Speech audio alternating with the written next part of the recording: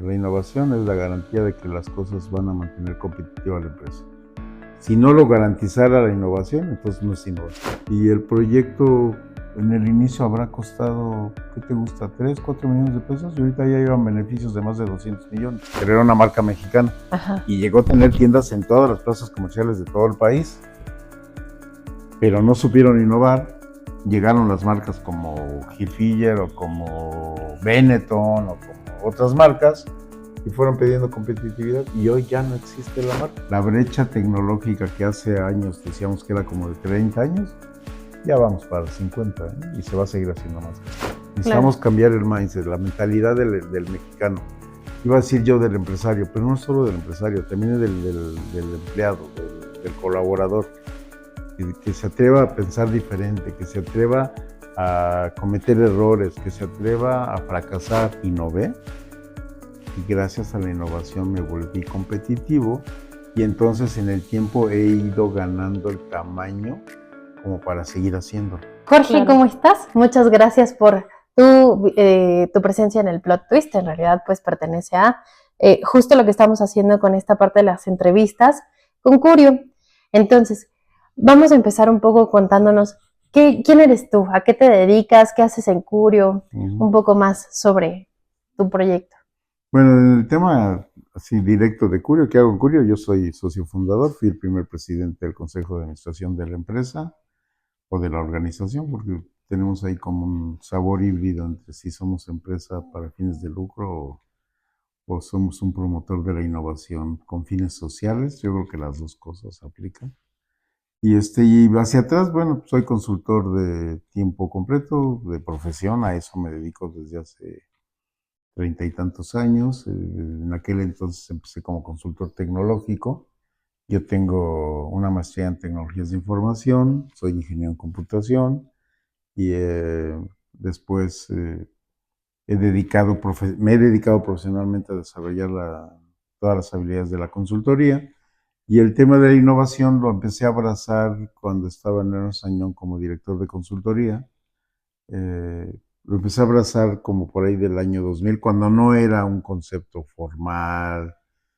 En aquel entonces el Premio Nacional de Tecnología no era de innovación, era Premio Nacional de Tecnología. Todavía innovación como un concepto formal, como se ha venido construyendo en los últimos 10, 15 años, todavía no estaba tan sólido. Pero si hago retrospectiva de lo que yo hacía en aquel entonces, lo que hago ahorita, pues era ya innovación, ¿no?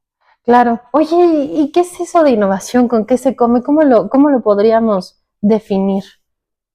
Mira, como yo lo planteo, tiene que ver con entender dos cosas. Medio recurro a cosas formales, no voy a hacer una elocución formal del concepto, pero apelando a modelos formales, yo veo la innovación desde tres lugares. Uno es, bueno, en todos los casos siempre tiene que ver con buscar mejoras con efectos notoriamente y efectivamente positivos observados en la organización. O sea, si no se nota el efecto, será creatividad, pero y que se note tiene que ver con que se vea en la posición competitiva de la empresa, ¿no? Con más ingresos, con menos costos, con más mercado, el efecto tiene que ser notoriamente positivo.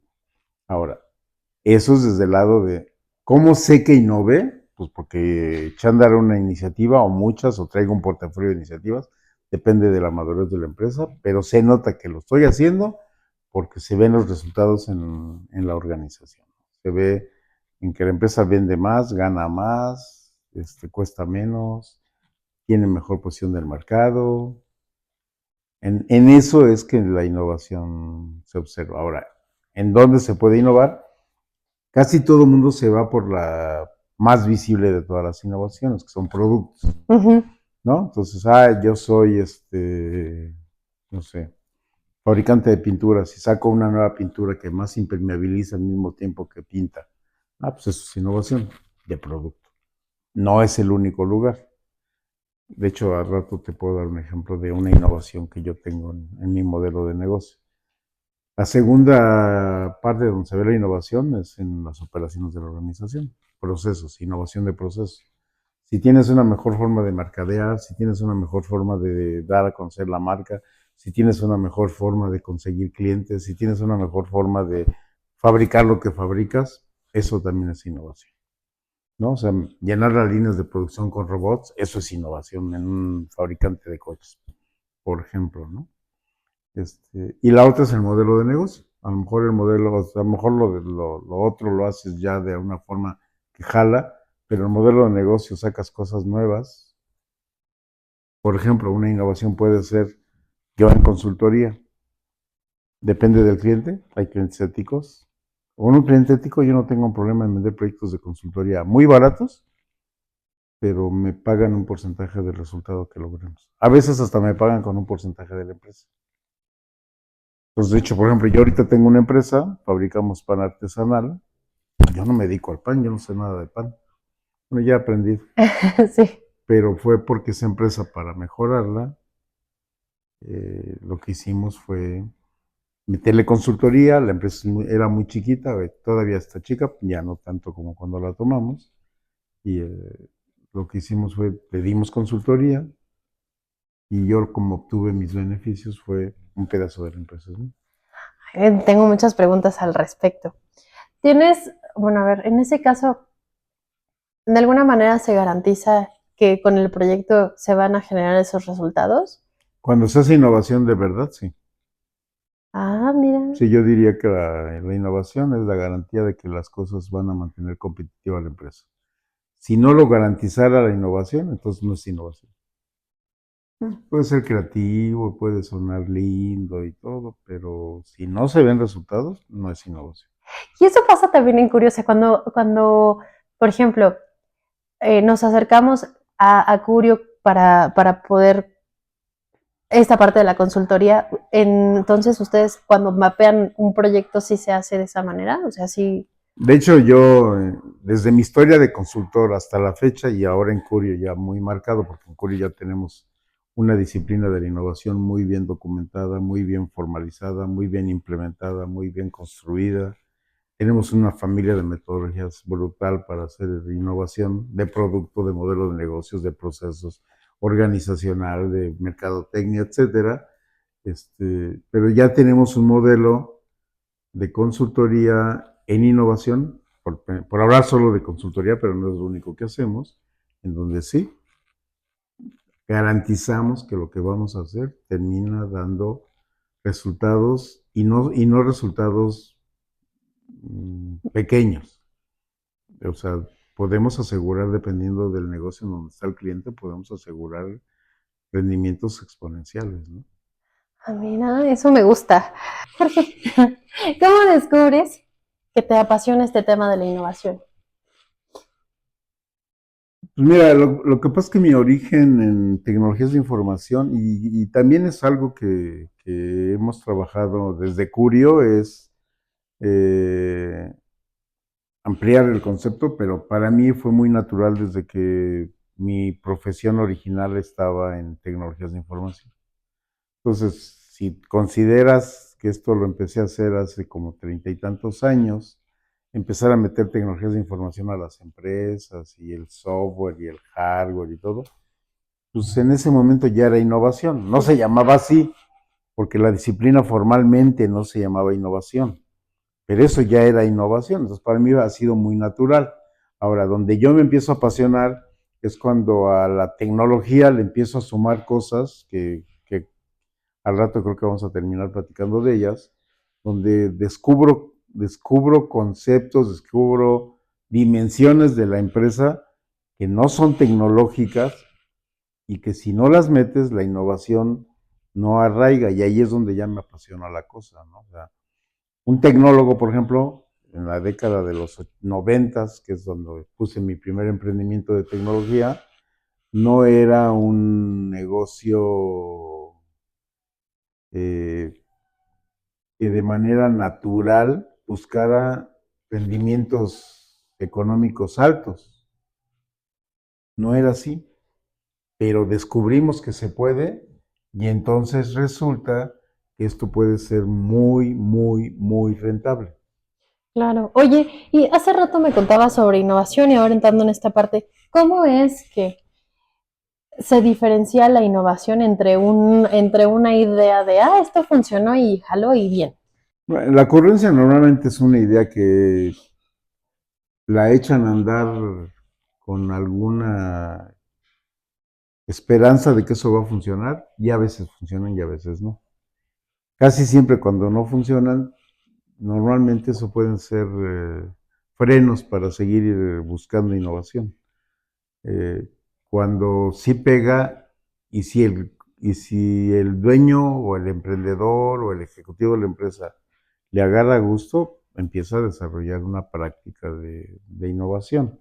Eh, Te puedo dar un montón de ejemplos Ay, sí, danos uno, por favor. de empresas desde pequeñitas que han hecho esfuerzos por transformar algo de la organización queriendo obtener algo que puntualmente parecía y que de ahí agarraron camino y empezaron a hacer cosas completamente diferentes, ¿no? O sea, no sé, te puedo contar desde organizaciones muy grandes. Ahorita mismo estoy haciendo un proyecto con una automotriz muy grande donde la idea desembocó en crear una unidad de negocios financiera nueva y el proyecto en el inicio habrá costado, ¿qué te gusta? $3, $4 millones y ahorita ya llevan beneficios de más de 200 millones.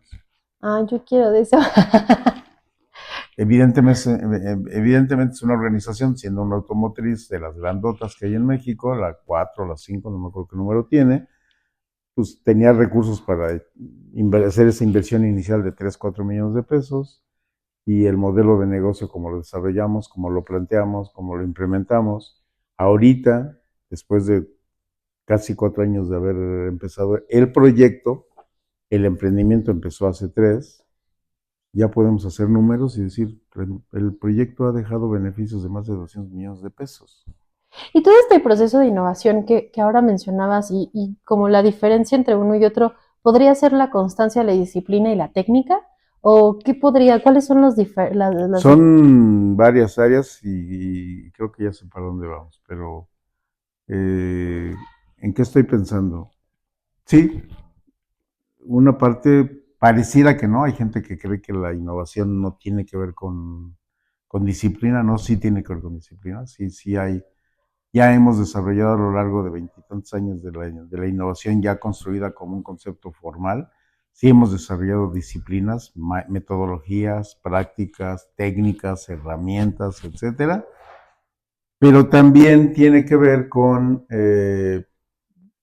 esta otra parte más humana, de estar dispuesto a comprometerse y entonces ahí aparece un poco para donde creo que podemos ir, que es este tema del talento para la innovación, porque también tiene que ver con romper patrones mentales, Claro.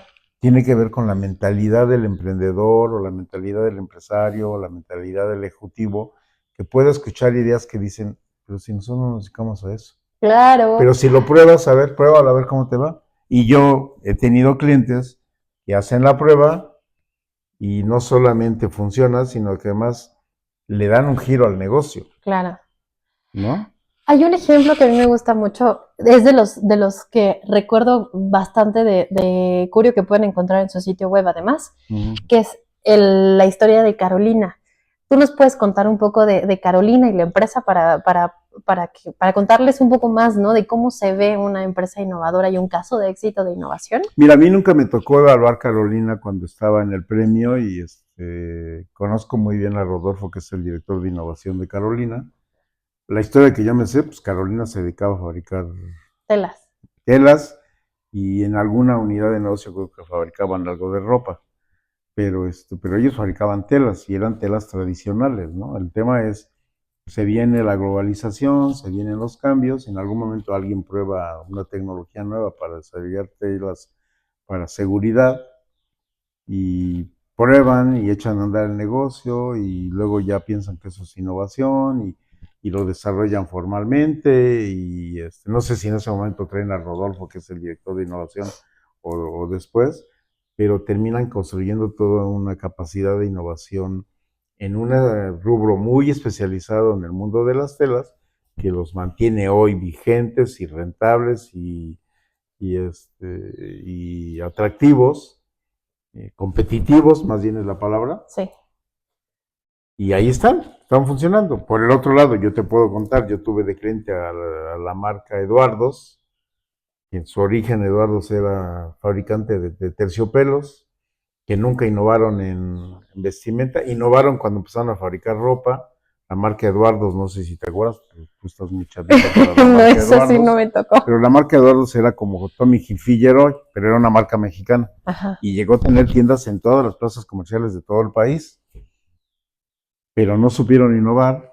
Llegaron las marcas como Hilfiger o como Benetton o como otras marcas y fueron pidiendo competitividad y hoy ya no existe la marca. El origen de Eduardos era una marca que se llamaba Terciopelos Martín, se escribía Martín, se pronuncia Martin porque son franceses, y de fabricar terciopelos a fabricar ropa, les fue muy bien, innovaron en el modelo de negocio, pero cuando el modelo de negocio se estabilizó en la fabricación de ropa, uno, los terciopelos hoy no se usan. ¿Quién usa terciopelo? Es muy raro. La tela de terciopelo ya no, y si la comparamos con Carolina, que Carolina fabricaba otras cosas y le entra a la tela para seguridad, ahí se ve la innovación y eso los mantiene competitivos. Martán y Eduardo desaparecieron. Claro, porque además dejas de competir por precio, ¿no? O sea, justamente estaban, o sea, una de las industrias más competidas en este momento es precisamente la textil, porque hay un montón de productores chinos, ¿no? Entonces, pues evidentemente lo que te cuesta aquí fabricar una tela se te triplica contra lo que cuesta en China. Entonces, ¿cómo te vuelves competitivo y que no sea solamente en costos, pues modificando, innovando a través del modelo de negocio? Pero además ese ejemplo que das es muy bueno porque la gente podría pensar es que China compite por precio. China empezó sus modelos de negocio en la década de los 90 compitiendo por precio, pero ella no, ¿eh?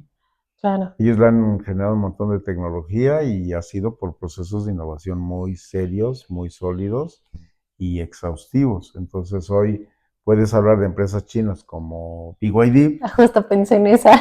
¿no? Puedes pensar como en BYD, que de repente sale al mundo y de repente pega por todos lados y resulta que este año ya desde el año antepasado ya empezó a vender más autos que Tesla y el año pasado ya dominó a Tesla y este año Tesla ya está en problemas serios Claro. con BYD y con todas las que ya están sacando autos eléctricos, ¿no?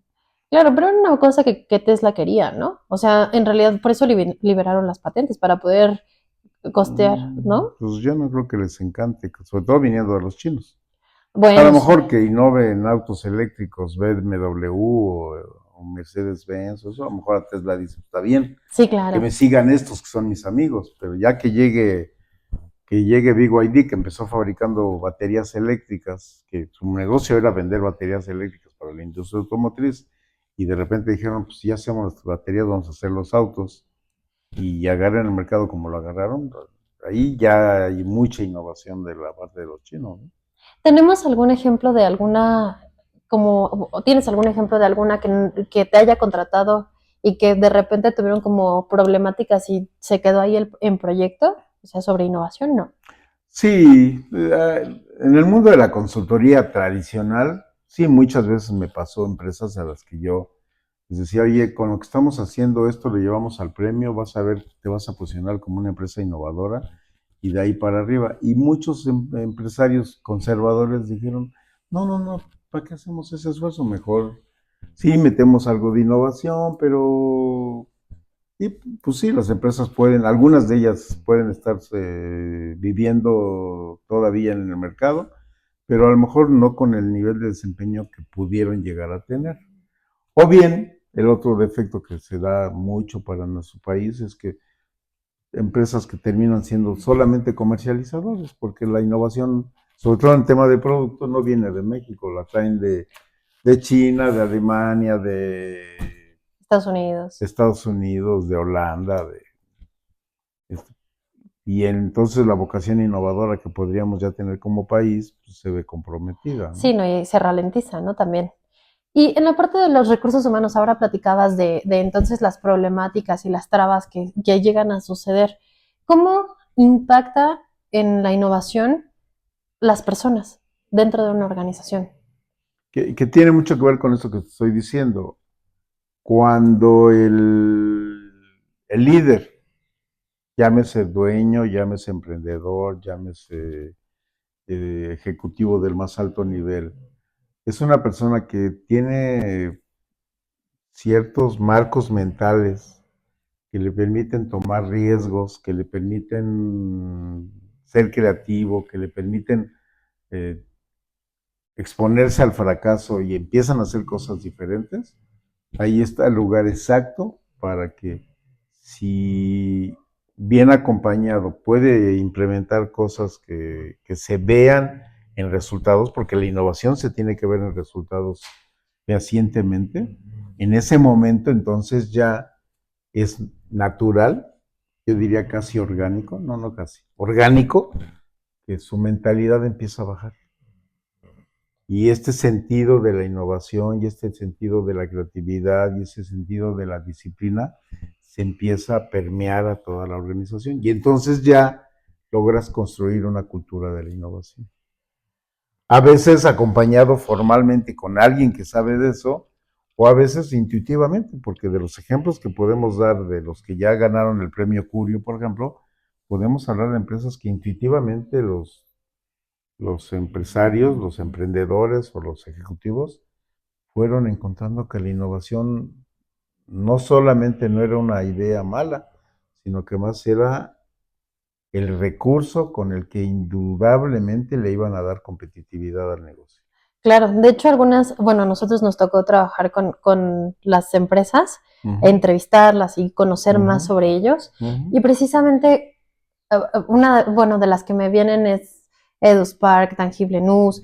Hay otra que no recuerdo su nombre. Biocrones. Yo creo que sí, que se dedican a todo el tema ¿Agro? Ajá, sí, Sí, es agro. Biocrones.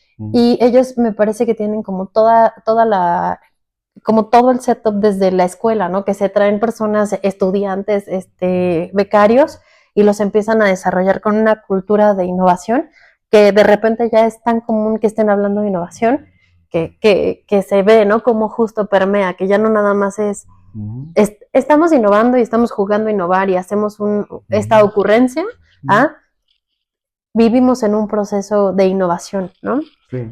Y Biocrones es un buen ejemplo porque ellos, su vocación de innovación en producto es de lo que viven. Todo el tiempo les piden productos a la medida para atender alguna necesidad de agroindustrial y hacen con convenios con innovación abierta, etcétera, desarrollan productos nuevos, los empiezan a fabricar y los ponen al mercado para quienes tenían la necesidad y lo entregan.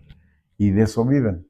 Ellos, ahora el reto que tienen desde mi punto de vista, que yo ya he trabajado con ellos, es ahora meter innovación en la parte organizacional para empezar a tener un lugar relevante, no solamente ya en el mercado mexicano, que ya empezaron, en el mundo, porque lo que tienen es sobresaliente para el mundo, no solo para México.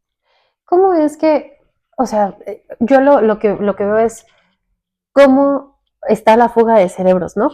Bueno, pues ya estamos aquí y luego ya le ofrecieron más dinero a mi colaborador y ya de repente se vuelve un conflicto, ¿no? Que era un poco como lo que platicábamos sobre la innovación. ¿Qué es un reto cuál es un reto que se aloja dentro de las empresas innovadoras con el personal? Te lo voy a expandir porque no solamente es con el personal. Con el personal sí, hay una fuerte demanda de talento desarrollado en el mundo, no solamente de innovación, en el mundo. Hay una restricción que el mercado nos ha estado reclamando porque por alguna razón los modelos educativos en todo el mundo han promovido poco el desarrollo de las ciencias y las tecnologías. Pues hay poca atractividad para los estudiantes que terminan la preparatoria o el bachillerato como para entrar a las ingenierías, a la matemática, física, biología, etcétera. Y tenemos un problema en el mundo con eso. Entonces ahí hay un tema.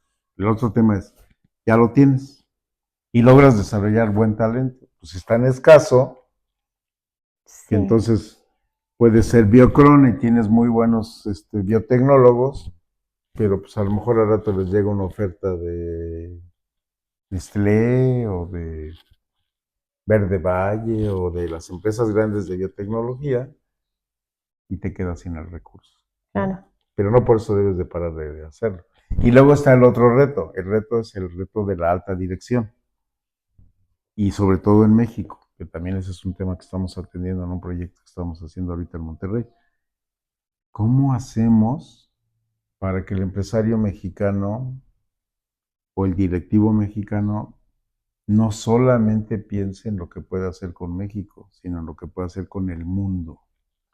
¿No? Porque si nos ponemos a contar cuántas empresas han innovado o están dispuestas a innovar en el mundo mexicanas, pues vamos a escoger a Bimbo, vamos a escoger a FEMSA, vamos a escoger a Cemex, y nos van a sobrar dedos a lo mejor, ¿eh? Porque no estamos tan dispuestos a la innovación. Algunas empresas que han desarrollado grandes capacidades de innovación, de las grandotas, fue porque en el camino se dieron cuenta que si no lo hacían, perdían competitividad. Hace poco yo tuve contacto con los grupos de innovación de Grupo Salinas, de Electra, Banco Azteca, etcétera, y están haciendo cosas de innovación verdaderamente de primer mundo, ¿eh? Y no fue fácil. Yo trabajé con ellos en Electra hace muchos años con tecnologías de información, y no era tan fácil desarrollar esa mentalidad. Ya la construyeron, ¿no? Pero no es un tema fácil. Entonces, regresando al tema del talento, el talento a nivel directivo, el talento a nivel creativo, productivo, operativo, y el talento de atracción, o sea, cómo atraes el talento que se necesita para eso ante la escasez. Te doy un número para que te lleves de miedo para la escasez de talento. En tecnologías de información, un proyecto que estamos haciendo para desarrollar para analizar la posición competitiva de México y particularmente del Estado de Nuevo León en temas de talento tecnológico. Nada más en el Estado de Nuevo León, ahorita hay un déficit de más de 100,000 recursos humanos especializados en tecnologías de información. Nada más en el Estado. En el país se habla de más de 200,000 talentos requeridos con tecnologías de información, con el nivel requerido.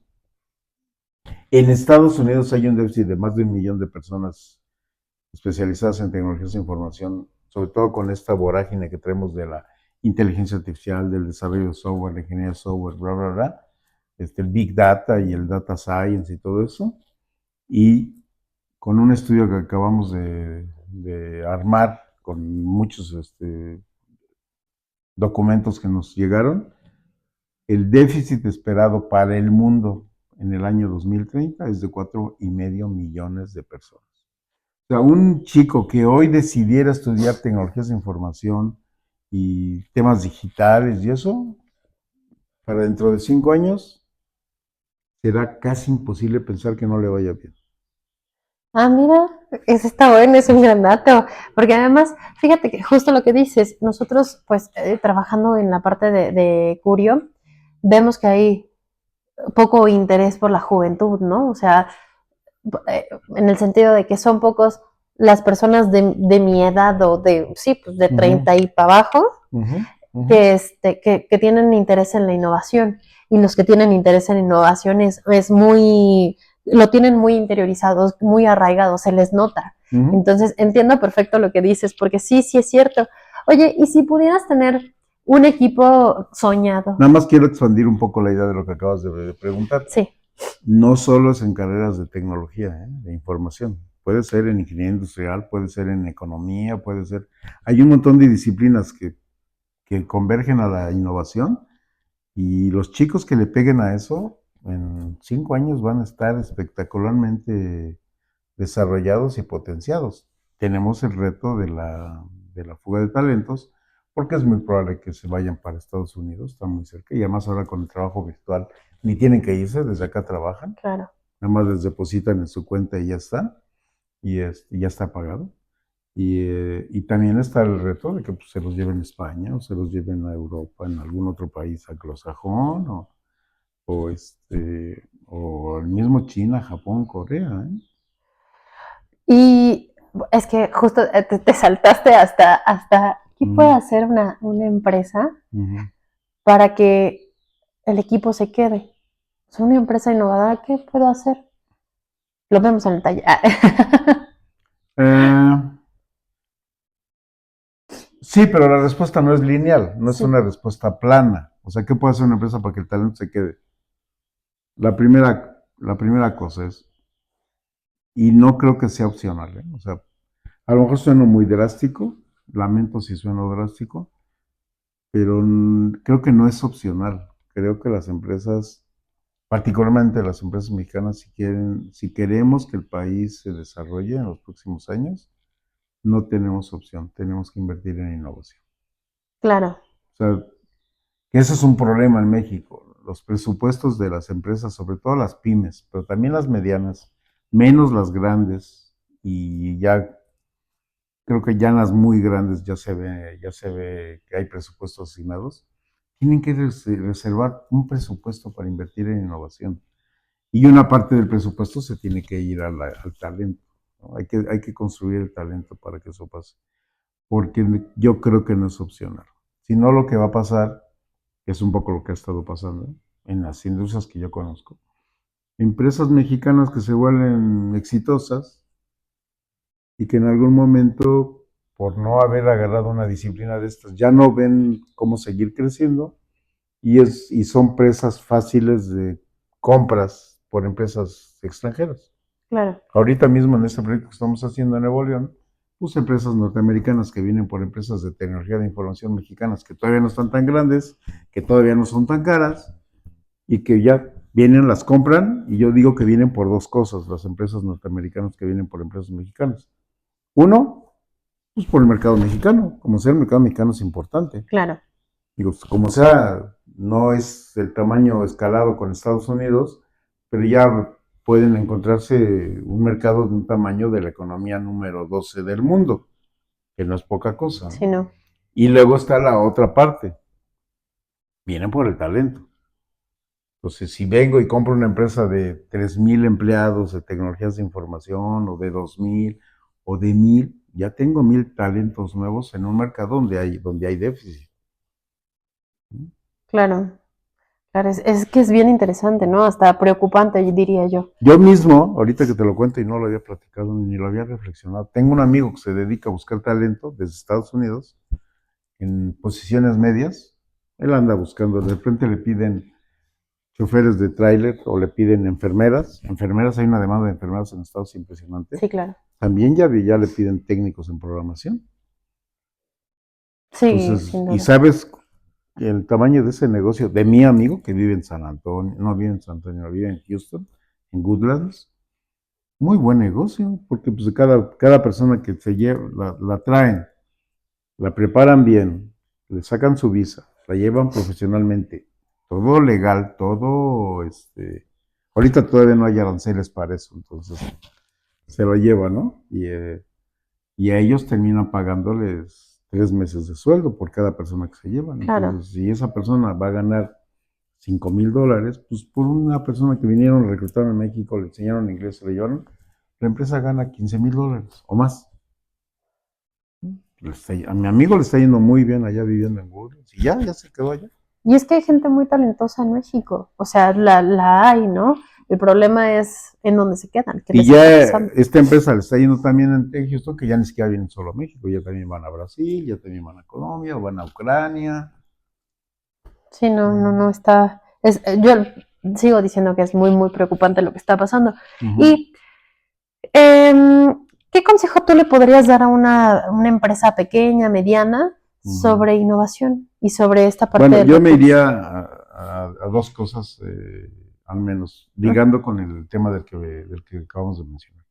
Uno, invertir en innovación no solamente es en pensar en montar un laboratorio de pruebas para hacer productos, no solamente es pensar en echar a andar proyectos para optimizar la operación del negocio, que genere innovación de procesos, no solo es eso.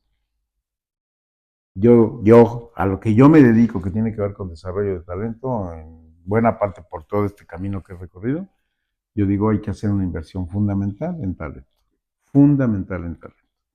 Y luego si nos vamos a una empresa pyme o una empresa mediana, ¿qué recomendación haría? Yo diría, la primera ya la dije, suena muy drástica, hay que dramatizarla para que nos hagamos conscientes, es si no lo hacemos como país, la brecha tecnológica que hace años decíamos que era como de 30 años, ya vamos para 50, ¿eh? Y se va a seguir haciendo más grande. Sí, claro, con los Entonces autos. llegamos tarde a la tecnología, ¿no? Yo veo ahorita, por ejemplo, en México, cómo estamos usando la inteligencia artificial, ya vamos tarde. Sí. Ya vamos tarde, ¿no? De repente ya se está poniendo medio de moda, pero cuando aquí se pone de moda empezar a usar inteligencia artificial, en otros países ya se fueron por mucho, ¿no? En innovación yo creo que ese es el tema, ¿no? O sea, si no le entramos ya ahorita, la brecha se va a hacer más grande. Y entonces lo que termina pasando es un poco este fenómeno como de dispersión que tienen las industrias en México en general. Millones de pymes chiquititas en cada industria, con 3, 4, 5 recursos, y muy pocas que se vayan a la escala de los decenas de empleados, de las centenas de empleados, de los miles de empleados. Y las que llegan ya hasta allá arriba, pues todos las conocemos. Claro. Bimbo, FEMSA, Cemex, TV Azteca, bueno, Grupo Salinas, y algunas que eran joya de la corona, como Comex, pues ya la compró PPG, o Neoris, que era una empresa tecnológica, que era la empresa tecnológica de Cemex, ya la compró una empresa norteamericana. ¿Y qué hacemos? ¿Nos vamos a quedar siendo empleados de empresas multinacionales o con un montón de empresas pymes que no logran dar el brinco porque no invirtieron en innovación?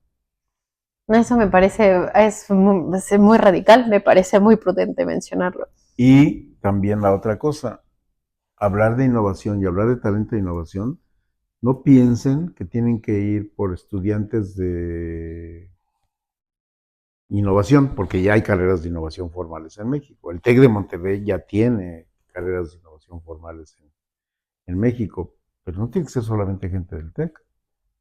Las escuelas públicas también tienen opciones muy buenas, hay que escoger muy bien, pero hay muy buenas opciones en eso. Y yo, por ejemplo, he visto mucha gente metida en temas de innovación de carreras como física o como matemáticas, Claro. actuaría, economía, Sí, pues es que hace todo el sentido.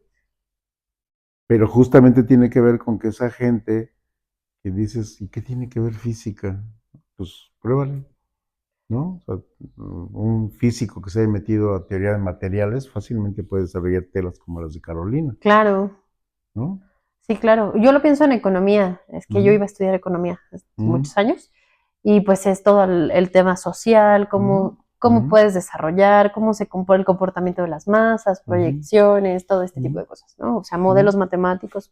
Ahora, hablando del tema de innovación en el desarrollo de talento, yo diría, tendríamos que tener en la agenda, aunque sea de alento, pero aunque sea de alento hay que irlo haciendo, como 3 dimensiones fundamentales para desarrollar el talento de innovación. Uno tiene que ver con el desarrollo de marcos técnicos, o sea, de competencias técnicas. La gente tiene que construir capacidad técnica para innovar. Otro es el de los soft skills, Ujú, ujú. ¿no? Liderazgo, trabajo en equipo, comunicación, eh, manejo de conflictos, por ahí, ¿no? Desarrollo de subalternos. Y luego está el otro tema, el manejo de negocio. La gente que es muy técnica tiene que aprenderte el negocio. Claro. Sí, porque muchas veces se queda como sin esos soft Y skills, ¿no? como que los skills de negocio están en un híbrido, están entre lo técnico y lo soft. Sí, claro. Pero Sí. también hace falta. Por ejemplo, un tema que tenemos mucho los mexicanos que no hemos resuelto, que está en medio. Idiomas. Inglés, francés, alemán, chino. No, ahorita mínimo inglés, pero además del inglés, a lo mejor ya chino. Habría que esperar cómo camina la batalla comercial Estados Unidos-China, pero pareciera que ya ahí, ¿no? Eh, pero hay que hacer inversión en esas cosas. Sí, claro. Y luego también hay que influir positivamente de la manera que se nos ocurra con las universidades, ¿no? ¿Qué están haciendo? Porque podemos tener el ejemplo de algunas universidades privadas y algunas públicas, pero en el universo de centenas de universidades que hay en México, hay mucho que trabajar. Claro. O sea, podemos pensar, ¿de dónde sacamos el talento? Pues se nos ocurre de manera muy fácil las privadas. El TEC, la Ibero, la Anáhuac, la Panamericana, a lo mejor en la siguiente liga, la UVM, el TEC Milenio, etcétera. Y en las públicas, la UNAM, la UAM, el Politécnico, el Cinvestav del Politécnico.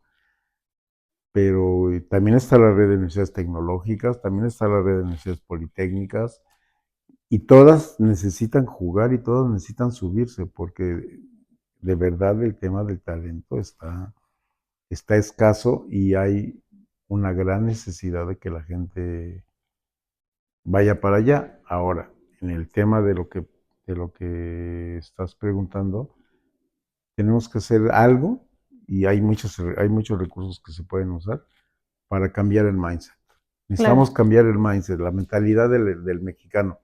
Iba a decir yo del empresario, pero no solo del empresario, también del empleado, del colaborador, que se atreva a pensar diferente, que se atreva a cometer errores, que se atreva a fracasar. No porque lo vaya a hacer, pero es que si no nos damos permiso, y en México somos malos para eso, probablemente no lo sabes. Por ejemplo, Noruega. En Noruega hay un día nacional del fracaso y es una fiesta.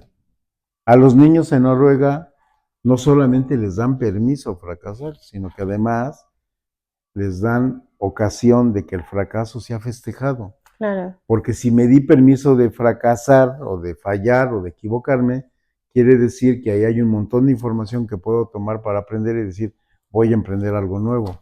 Claro. En México el fracaso es muy mal visto. Sí, claro, sí, aquí es la idea de la perfección, ¿no? Pero pues es que eso, ¿para dónde? Como si hubieras nacido sabiendo todo. No, no hay opción. Si no te diste permiso de fallar una y otra vez y otra vez, yo que he emprendido negocios desde hace muchos años, me acuerdo mucho que he leído libros donde, me acuerdo del caso de Honda, el fundador de Honda, ¿cuántas empresas quebró para que Honda fuera exitoso? 7. En México un emprendedor echa a andar una empresa, le va mal, echa a andar una segunda, le va mal, ya no quiere. No, ya qué miedo, mejor me empleo. Sí. Mejor que me den una dirección de innovación en una empresa grandota, o mejor empiezo a comprar productos y los comercializo y ya. Y todo el conocimiento que desarrollaste para aprender, ¿no? Por ejemplo, si eres restaurantero, pues te tronaron 2 restaurantes. ¿Y luego? O si eres un productor de ropa deportiva, pues las 2 primeras marcas no te jalaron. Y la tercera a lo mejor sí. Claro. Pero ya no te das permiso porque te da miedo el fracaso, porque te van a juzgar tus primos, tus hermanos, tus papás, ¿no? Claro. Y tus socios de negocio y otras empresas. Uy, no, mira, no le fue bien, ya. ¿Y Y cómo creen que se construyó la historia de éxito de Softec como una de las empresas tecnológicas más grandes de México? Pues que tiene un montón de fracasos. No les fue bien siempre cuando fueron a abrir Brasil o cuando fueron a abrir Estados Unidos. No les fue siempre bien. Y de muchos de esos fracasos perdieron dinero, pero la suma total sí dio beneficios. claro. Justo pasa eso. Me dejaste pensando en justo esta parte también, incluso de esta idea de carrera desperdiciada, ¿no? Por ejemplo, voy a ventilar aquí a mi papá, pero yo siempre le he dicho, es que me quiero meter a trabajar en una cafetería para poder poner yo mi cafetería. Y entonces me dice, bueno, pues carrera desperdiciada, ¿no? Pero la realidad es que incluso, bueno, hay otros métodos para poder llegar ahí, pero está esta idea como de juzgar, ¿no? Es que no estás haciendo, no estás trabajando para una gran empresa, no estás teniendo la vista del rascacielos que Hollywood te vende, ¿no? Que la vista y que eres... Entonces, cuando llegas a esas vistas, dices, bueno, pues ya la vi, luego, ¿qué hago? Y normalmente no solo la persona, diste el ejemplo de tu papá, pero también pasa con las hijas o algo, cuando ven que pasas un momento difícil, se les olvidó 20 años que nos fue re bien, Sí, claro. pero en el momento difícil, ay, papá, si te hubieras quedado en IBM, Ah, claro, sí. ¿no? O Sí. si hace no sé cuántos años que te hicieron una oferta de una dirección de tecnología en un banco, ¿no? Pues sí, pero no lo hice. Sí, claro, claro. Ahorita no está yendo bien, no, pues no está yendo bien, pero vamos a probar, vamos a hacer cosas nuevas, vamos a innovar y ya. Pero estamos en una sociedad, la nuestra, y yo creo que no solamente es México, también Latinoamérica, Sí. donde innovar no es bien visto. No, o sea, bueno, sí es muy bien visto cuando ya jaló, Ah, claro, pero sí. no piensan en todos los fracasos que tuviste que correr para llegar a que ya jaló. Insisto, el fundador de Honda fracasó 7 veces. Y se olvida también. Yo si me pongo a pensar cuántas empresas no me han jalado, pues digo, todavía me faltan, todavía no Sí. llego a 7. Conozco una empresa que en su momento me contrató para hacer auditorías y justo revisando las auditorías fue como de, pues es que estás bien, o sea, en realidad lo que está diciendo tu auditoría es que estás en crecimiento. No, pero es que ya tengo otra empresa a la que le va muy bien. Pues sí, pero tú acuérdate de cuando hace 20 años Uh estabas en desarrollo, -huh. estabas creciendo y querer competir tu propia empresa de hace 20 años con una nuevecita, pues oye, vas bien. Uh -huh. Solamente acuérdate Uh de -huh. cuando estabas allí, Uh -huh. ¿no? Porque se olvida también eso, porque justo se entiende como un fracaso, pero no es, vamos arrancando. Y en eso también el cambio de mindset que hay que hacer es las empresas pequeñas, y me reenfoco en la pregunta que hiciste, las empresas pequeñas dicen, no, pues es que yo no tengo la economía para innovar. Y yo la planteo al revés. Las empresas que tienen el tamaño que sí lo hacen, es porque se atrevieron a innovar. Claro, O sea, no es, la causa raíz no es, empecé a innovar porque ya fui suficientemente grande como para invertir. Más bien, innové y gracias a la innovación me volví competitivo y entonces en el tiempo he ido ganando el tamaño como para seguir haciéndolo. claro, Y es pensarlo al revés. Porque si no, vamos a caer en algo que además es de lo que más me apasiona, que es cambiar la mentalidad de la gente. Si no, vamos a cambiar en el juego que dice Stephen Covey, que ya murió, pero eso decía Stephen Covey, es vivir en el tener. Cuando tengo una empresa grande, voy a. Cuando tengo una oficina en Manhattan, voy a. Cuando tenga, no, no es cuando tenga, es voy a para tener el piso en Manhattan, para tener una empresa grande, para ir a otros mercados. Es al revés. Primero me enfoco en la producción de lo que es relevante para que eso ocurra y entonces los caminos para tener van a llegar. muy bien. Oye, Jorge, y entonces, ya por último, preguntarte sobre esta parte del taller, hacia qué va. O sea, ahorita estábamos platicando sobre el talento y la innovación. Uh ¿Nos -huh. puedes contar un poquito más sobre el taller? Mira, el taller es si viéramos como metáfora la innovación como un mar que está aquí enfrente de nosotros, el taller por el tiempo que le vamos a dedicar es como meter el dedo gordo del pie derecho en el agua. Ujú. Pero si no me la mojo, ¿cuándo voy a probar de qué se trata? ¿No? Claro, Si no meto el dedo y digo, hay método, hay disciplinas, hay que jugar con el mindset, ¿sí? Yo, por ejemplo, yo como yo me expongo a mí mismo como especialista en innovaciones, a mí me encanta por todo lo que he estudiado y por todo el talento que he desarrollado personal. Yo voy a ir por la vida con un alfiler y al empresario o al emprendedor o al ejecutivo, cuando veo que sus ideas están muy rígidas y poco orientadas a la innovación, le meto el alfiler para reventarle las ideas y decir, a ver, piensa diferente, claro, claro, claro. ¿no? Entonces, el taller no es un diplomado, no es una maestría en innovación, pero sí es una inmersión de algunas horas como para dedicarla a decir, hay disciplina, hay un paquete de conocimiento, hay técnicas, hay herramientas. Y entonces sí ya puedo pensar cómo juego con eso. Porque hoy una cosa que tenemos de ventaja, que tú que eres jovencita lo puedes ver, Hoy el tema ya no es el conocimiento, si tienes acceso a él o no. Ya está. Pero ¿en dónde buscas? ¿Qué El tema es que buscas? aprendas a buscar y más que eso, inclusive, que se te ocurra buscar, Claro, ¿no? Hoy tomar un curso de innovación, ahí está. Pero el tema es que lo descubras como para que digas, a ver, pero aquí en innovación hablaron de una técnica que se llama design thinking. Ah, pues me voy a poner a estudiar design thinking, a ver cómo funciona, a ver cómo, si lo usara en mi empresa, cómo se vería. claro. O, aquí, en el taller mencionaron que al director general hay que darle coaching. Ah, pues a lo mejor voy a contratar un programa de coaching para la innovación para el director general. O, ah, en el taller mencionaron que el talento de innovación a veces no tienes que tenerlo adentro, a lo mejor lo puedo buscar en una universidad, en un laboratorio de investigación.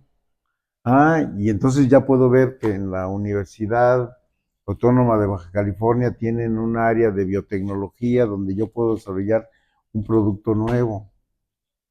Pero el tema es que ya los recursos ahí están y están abiertos. Cualquiera se puede enterar de que existen.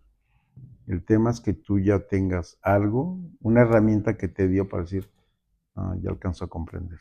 Claro. La idea de este taller dentro de redes de innovación, hablando de gestión del talento, es encontrar uno de una parte rápida, pero ver que hay disciplina. Y la otra es, primero, cómo se trabaja el talento. Y luego la otra es aprender de los que ya lo hacen. Claro. Porque en este taller van a participar empresas que ya lo hacen. Y bueno, mencionabas redes de innovación, ahora que estás platicándolo, ¿nos puedes decir brevemente qué es redes de innovación?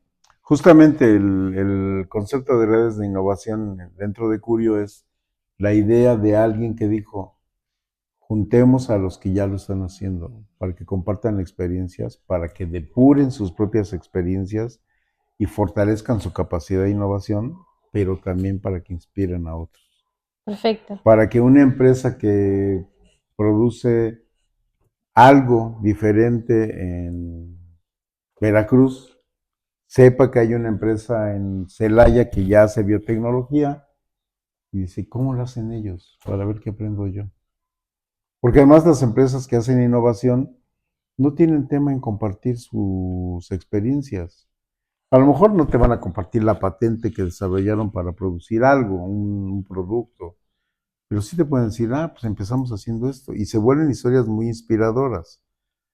Por ejemplo, en el webinar que dimos la semana pasada, escuchamos de primera mano el caso de Interrup, que es una empresa que produce lubricantes de alta tecnología en Jalisco, que en lugar de ser una empresa que produce uno, dos o tres lubricantes de uso general en volúmenes de millones, producen más de 100 lubricantes diferentes, pero producen bajo diseño. Y la empresa, tú ves las fotos de la planta y ni siquiera parece una planta de producción de lubricantes, porque el fundador de la empresa abrazó la innovación desde el principio, la permeó, se trajo a los recursos, conforme la empresa fue ganando capacidad, se trajo recursos especializados en innovación y hoy la empresa es una máquina de generar innovación.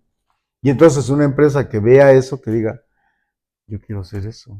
Claro. Y entonces pienso, ahorita que te lo cuento, pienso, yo he tenido clientes del mundo de los judíos que fabrican ropa deportiva y si vieran algo así, ¿no sería que ya podríamos tener una marca en el mundo tan importante como Reebok o como Nike o como Adidas o como Puma? ¿O nos vamos a conformar con que en el mundo nada más hay 4 marcas o 5? Y ya no hay mercado para más. Y yo creo que no. Sí, es cierto. Y además, no solamente tiene que ver con mercados, hacer innovación no solamente para mercados de altísima rentabilidad, también hay mercados de alto volumen que con innovaciones bien hechas cambias los canales de distribución y puedes lograr altos volúmenes con muy buena rentabilidad. Pero si no nos exponemos, regresando al tema del taller, a ver que hay conocimiento formal, que se puede hacer, que se puede trabajar, que se puede construir, ¿cómo vamos a saber que eso es posible? Uno, y dos, ¿cómo voy a construir la capacidad para hacerlo? Claro. Ok, bien, pues yo estoy muy feliz por poder invitar a la gente al taller de Curio. Pueden encontrar la información, ¿sabes dónde? ¿Sí? ¿En dónde? En la página de curiogroup.com. Es correcto. Ahí está la liga que marca la información del taller. Y yo diría, para nosotros es una vocación que tiene que ver con lo que dije al principio. Curio sí pretende ser una organización sustentable, rentable sí, pero sobre todo sustentable. Y una de nuestras labores que no tiene que ver con rentabilidad económica es esto, es difundir conocimiento, es premiar a las mejores prácticas de innovación en México. Ahorita en México la aspiración que tenemos en Curio es salirnos de México y irnos a toda Latinoamérica o hasta España, por lo pronto. Yo digo que cuando rompamos esa barrera del marco mental podemos pensar en algo más grande, pero por lo pronto con que esto impactara regiones en el país, como ya está pasando en Aguascalientes, como ya está pasando en Nuevo León, y luego lo hiciéramos para todo el país y pudiéramos ir a los estados menos favorecidos y de ahí nos fuéramos a más cosas, con eso estaría bien. Y la idea de este taller es esa. Muy bien. Oye, Jorge, ¿y cuáles son tus redes para cerrar ya el capítulo? ¿Cuáles son tus redes? ¿Dónde te encontramos? ¿En LinkedIn, por ejemplo? En LinkedIn, pues hay, pues si me buscan como Jorge Lozano Moreno me encuentran, creo que es arroba, no me acuerdo si es arroba Jorge Lozano Moreno, no me acuerdo. Lo buscamos, no te preocupes. Y en Facebook soy Jorge Lozano Moreno, en Twitter soy J. Lozano Moreno. Y casi todas las pongo el Lozano Moreno porque el J. Lozano solito es, hay muchos. Sí, sí, claro. Habemos muchos Jorge Lozanos en el mundo, casi cualquier familia Lozano tiene un Jorge. Yo tengo contados más de 30 Jorge Lozanos, que no son de mi familia. Entonces casi todo es lo J. Lozano Moreno. Ok, perfecto. Jorge, muchísimas gracias por tu tiempo. Gracias por compartirnos tu conocimiento y la invitación al taller. Sí, la invitación al taller y yo personalmente, que soy un apasionado del cambio del comportamiento humano, creo que este taller orientado al tema de talento es un tema fundamental. No hay reglas de oro, no es lineal, hay un montón de herramientas, hay un montón de recursos, hay un montón de métodos para hacer esto y en cada organización hay que probarlos. Probando se puede encontrar, porque es un tema de creatividad. Hay que ser muy creativos para desarrollar talento. Perfecto. Bien. Muchísimas gracias de nuevo. Para servir.